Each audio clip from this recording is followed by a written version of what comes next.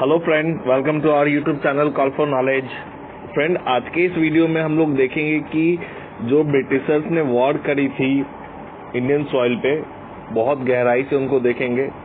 इससे पहले हम लोगों ने कार्नेटिक वॉर पे एक वीडियो भी बनाया है, तो आप उसको प्लेलिस्ट में जाके देख सकते हैं। तो आज का टाइटल है वॉर फाउट बाई ब्रिटिशर्स।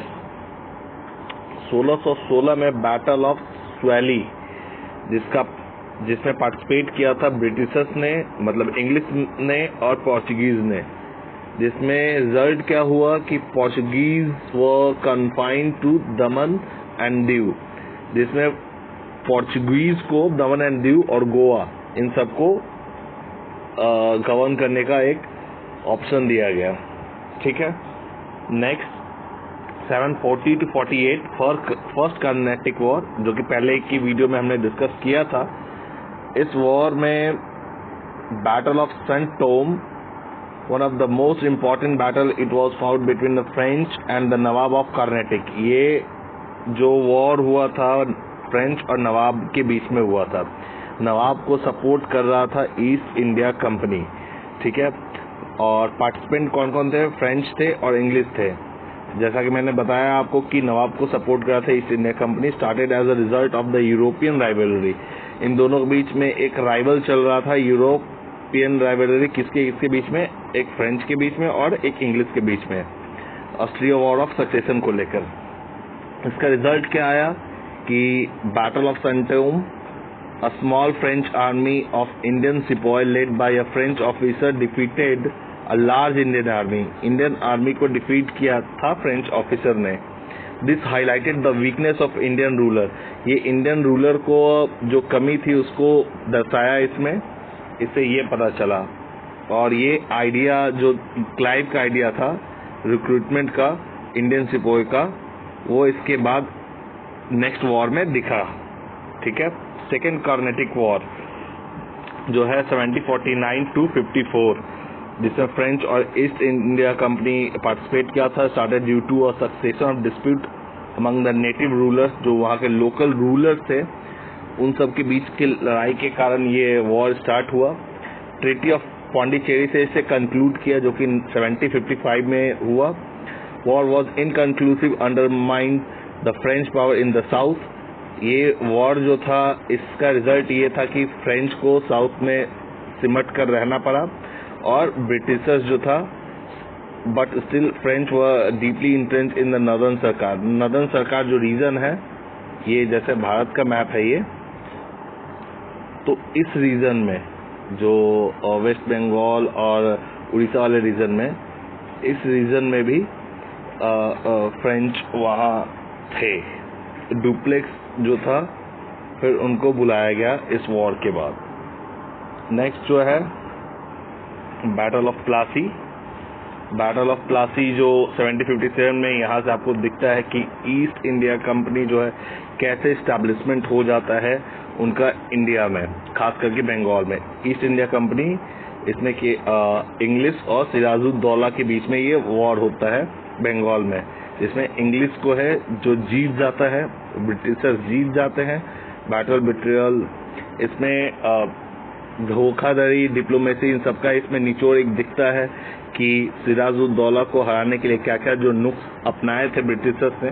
उसमें ये एक फीचर है कि बैटल में बिट्रेल और डिप्लोमेसी का यूज हुआ था। It provide the Britishers an edge over the European companies.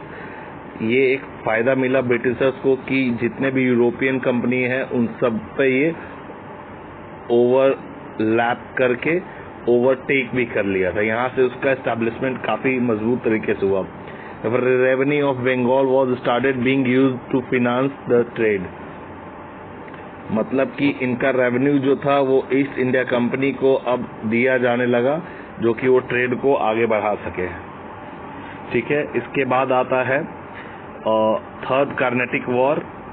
Third Carnatic war just battle of Plassey के बाद 1758 to 63, जिसमें फ्रेंच और ईस्ट इंडिया कंपनी इसमें पार्टिसिपेट करते हैं। ट्रीटी ऑफ पेरिस 1763 में कंक्लूड किया जाता है। उसमें बैटल ऑफ वंडीवास भी होता है।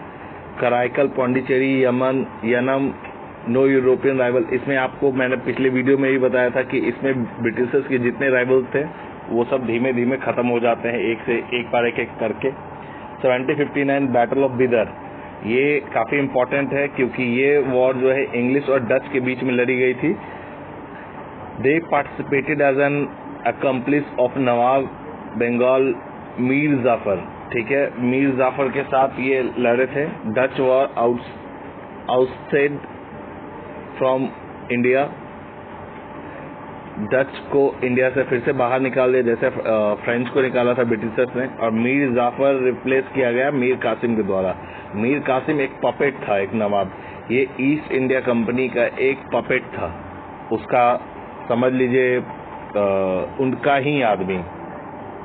फिर इसके बाद जस्ट बाद होता है बैटल ऑफ बक्सर 1764, जिसमें इंग्लिश और मीर कासिम मीर कासिम जो थे, मीर कासिम नवाब ऑफ अवध, सुजाउद्दीन दौला और मुगल एम्परर शाह आलम सेकंड, ये सारे लोग मिलकर, मतलब इतने लोग मिलकर ब्रिटिशर्स को अकेले टक्कर दे रहे थे, लेकिन ये सारे के सारे लोग हार गए।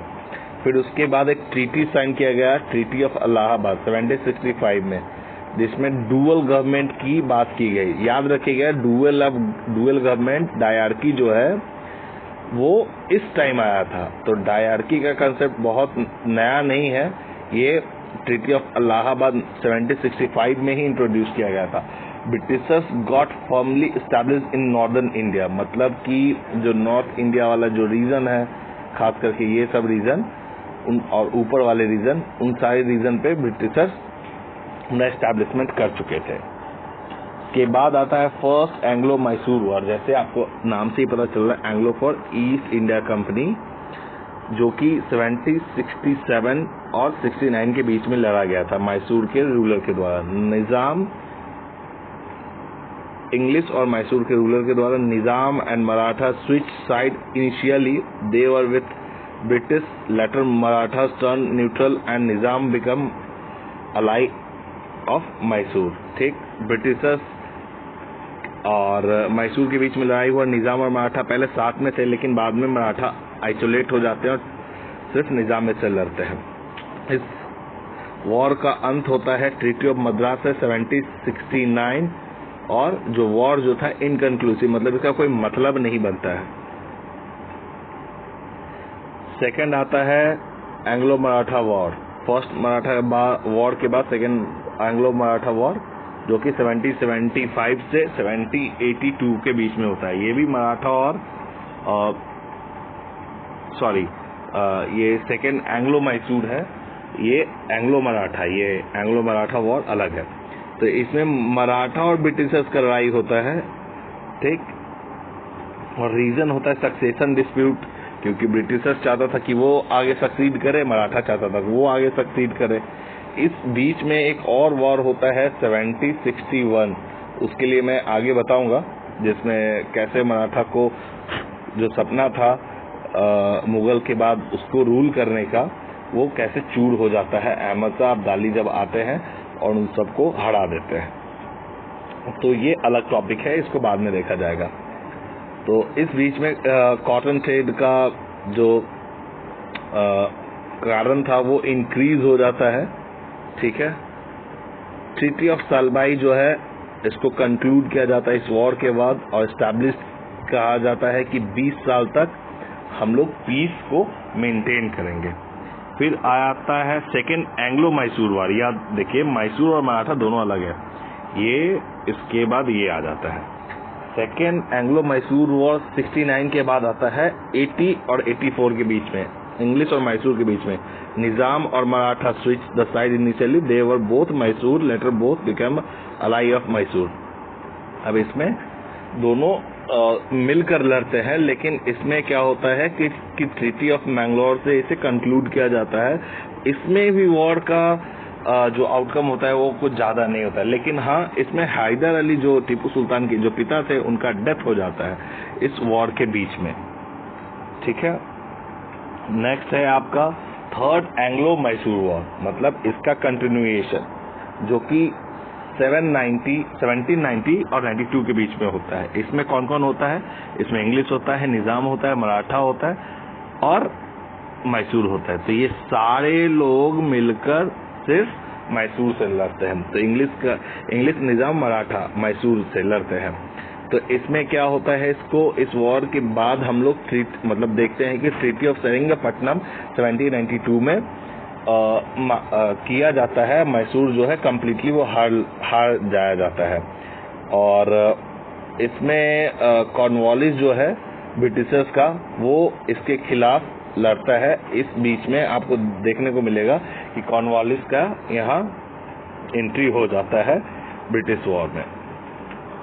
जो फोर्थ एंग्लो मैसूर वॉर है, ये फाइनल सेटबैक है मैसूर के लिए, जिसमें इंग्लिश, निज़ाम, मराठा ये तीनों मिलकर मैसूर को एकदम बर्बाद कर देते हैं। जिसमें टीपू जो है, टीपू सुल्तान, वो भी मर जाता है। और उसके बाद जो मैसूर का वोदिया डायनेस्टी होता है, वो आ जाता है। सब्सिडरी अलायंस इम्पोज किया जाता है। सब्सिडरी अलायंस जो है वो कॉर्नवालिस का एक नया टूल होता है, जिसमें जो रीजन है आपका राज्य, साम्राज्य, वो लैप्स हो जाता है, वो अलायंस के द्वारा लैप्स हो जाता है, तो वो इम्पोज होता है। ठीक है।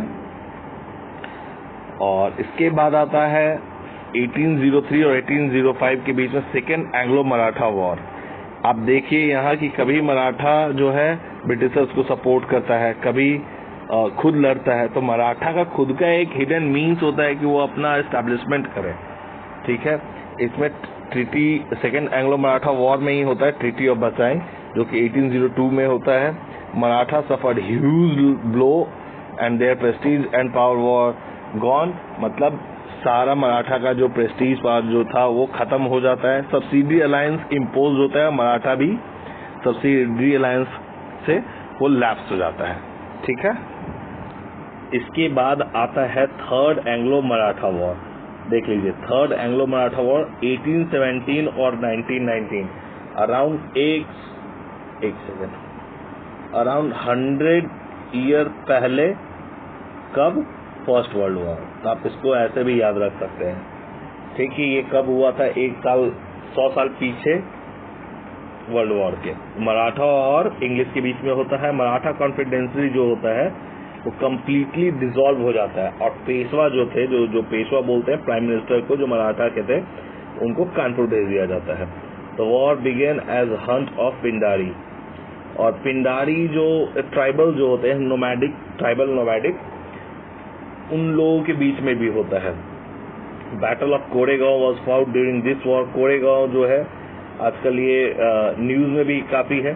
तो बैटल ऑफ कोरेगांव जो है ये भी लड़ा गया था। कुछ दिन पहले न्यूज में आया था कि बैटल ऑफ कोरेगांव का 200 साल का कमेमोरेशन हुआ है। तो ये वही बैटल है। इसके बाद देखिए फर्स्ट बर्मा वॉर।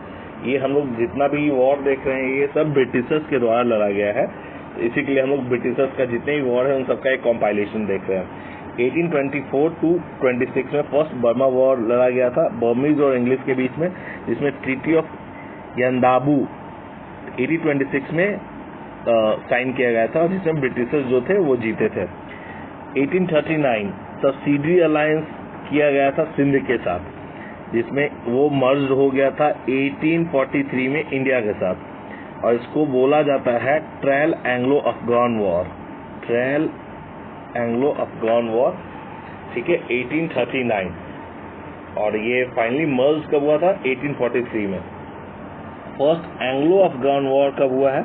1939 टू 1842 के बीच में, अफगान और इंग्लिश के बीच में, जिसमें ब्रिटिशर्स जो है वो जीत जाते हैं वॉर, लेकिन कुडंट कंट्रोल, मतलब कंट्रोल नहीं कर पाते हैं वहां के लोकल रूलर को किसी कंडीशन के कारण। ठीक है। 1845 टू 46 में फर्स्ट एंग्लो सिख वॉर होता है। ये एंग्लो सिख वॉर काफी इंपॉर्टेंट हो जाता है। ठीक है। तो एंग्लो सिख वॉर में सिख और इंग्लिश इसमें पार्टिसिपेट करते हैं, जिसमें 1846 में ट्रीटी ऑफ लाहौर होता है साइन, और ट्रीटी ऑफ भैरोवल, जिसमें काउंसिल एक स्टैब्लिश किया जाता है ब्रिटिशर्स के द्वारा। और वो मतलब ब्रिटिशर्स कहते थे कि वो पंजाब में जितने भी पॉलिटिकल अफेयर्स हैं, उन सारी चीज़ों में वो हस्तक्षेप करेंगे, उनको समझाएंगे और देखेंगे। ठीक है, ऐसा ब्रिटिशर्स का मानना था इस ट्रीटी के अकॉर्डिंग। नेक्स्ट जो है सेकेंड एंग्लो सिख वॉर है। First Anglo Sikh war 45, second Anglo Sikh war 48। ठीक है, 46 के बाद 48 की स्टार्ट हो गया। तो सिख और इंग्लिश होता है। Sikh lost the war was merge in India 1849। ठीक है, इंडिया में वो मर्ज हो जाता है। इंडिया में तो वो था ही, लेकिन ये ब्रिटिश ईस्ट इंडिया कंपनी जो था उसके अंडर में आ जाता है, ब्रिटिश के अंदर। ठीक है, सेकेंड बर्मा वॉर जो है वो 1852 में लड़ते हैं ब्रिटिशर्स और बर्मीज और इंग्लिश के बीच में होता है। उस टाइम एक प्रोक्लामेशन होता है, एनेक्सेशन ऑफ लोअर बर्मा, जो पेगू जिसको बोलते हैं, उसको एनेक्स कर लेते हैं दिसंबर 20, 1852 को। ठीक है, नेक्स्ट जो है वो है second Anglo Afghan war. Second Anglo Afghan war जो है 1870-80 के बीच में होता है, अफगान और इंग्लिश के बीच में। इसमें ट्रीटी ऑफ गंडमक, ये सवाल आ चुका है यूपीएससी के एग्जाम में और बाकी स्टेट पीसीएस के एग्जाम में। ठीक है, ट्रीटी ऑफ गंडमक की किससे रिलेटेड है, तो वो सेकेंड एंग्लो अफगान वॉर से रिलेटेड है, जिसमें ब्रिटिशर्स जो थे वो ब्रिटिशर्स कैप्चर किया था और डिसाइड किया गया था कि अफगानिस्तान को एज अ बफर स्टेट बना कर रखे। बफर स्टेट क्यों? क्योंकि उसके ऊपर जो है वहां से अफगानिस्तान, पाकिस्तान और इंडिया तीनों के बीच में एक बफर स्टेट की तरह काम करेगा, सैंडविच की तरह। जैसे सैंडविच के बीच में जो स्लाइड दिया जाता है आलू का, उस तरीके से एक बफर स्टेट की तरह ये काम करेगा। उसके बाद आ जाता है 1885 थर्ड बर्मा वॉर। आपको याद है 1885 में फर्स्ट इंडियन नेशनल कांग्रेस भी स्टैब्लिशमेंट हो जाता है इंडिया में। तो आप देखिएगा थर्ड बर्मा वॉर और आईएनसी का फॉर्मेशन एक साथ होता है, बर्मीज और इंग्लिश के बीच में होता है। अपर बर्मा जो है वो मर्ज हो जाता है इंडिया के साथ। ठीक है, ये थर्ड बर्मा वॉर में है। 1904 आपको याद रखना होगा कि 1904 और 1905 के बीच में क्या होता है, बंगाल का पार्टीशन होता है। ठीक है, और स्वदेशी स्टार्ट हो जाता है। आप इसको इस तरीके से याद रखें कि आपको डेट ऑलमोस्ट याद रहे, जिसमें एंग्लो तिब्बतियन रिलेशन को देखना है 1904 में तिब्बत और इंग्लिश के बीच में, जो कि अभी भी बहुत इंपॉर्टेंट एस्पेक्ट बन जाता है इंडिया और चाइना के बीच का रिलेशन को समझने के लिए। ट्रीटी ऑफ लहासा जो है वो साइन होता है 1904 में, favour to Britishers regarding the transfer of Chumbi Valley. Chumbi Valley news में आता रहता है। ठीक है, a big gain for China because it created a condition that both Russia or England would not negotiate the Tibet except through the mediation of Chinese government। China को इसमें बहुत फायदा होता है क्योंकि वो जानता है कि रशिया और इंग्लैंड इसमें निगोशिएट मतलब कॉम्प्रोमाइज नहीं कर सकता है। ठीक है, लेकिन उसको मेडिएशन मतलब एक सोर्स के थ्रू ही उससे बात कर सकता है, जिससे फायदा सिर्फ और सिर्फ चाइना को होता है। तो ये थे इतने सारे वॉर का एक वीडियो, स्पेशल वीडियो, जो कि सिर्फ और सिर्फ ब्रिटिश ईस्ट इंडिया कंपनी के द्वारा लड़ा गया था, जो इंडिया और जो उसके नेबरिंग कंट्री उन सब के बीच में लड़ा गया था। तो इससे आपका जो British rise of British power जो है वो बहुत आसानी से आप देख सकते हैं कि वॉर के थ्रू कैसे कैप्चर करते जाता है और ब्रिटिश अपना एस्टैब्लिशमेंट बनाते जाता है। ठीक है, तो आई होप आप लोगों को ये वीडियो बहुत पसंद आया होगा और अपने इस पे बहुत अच्छा कमेंट भी लिखा होगा। तो प्लीज़ दोस्तों अपने दोस्तों के साथ इसको शेयर कीजिए, अपने फैमिली मेम्बर के साथ शेयर कीजिए, अगर जिसको हिस्ट्री में प्रॉब्लम हो उसके साथ शेयर कीजिए। और आप प्यार दिखाइए मुझे लाइक करके, शेयर करके और अपने दोस्तों के साथ ज़्यादा से ज़्यादा एंजॉय करके। Thank you so much for watching.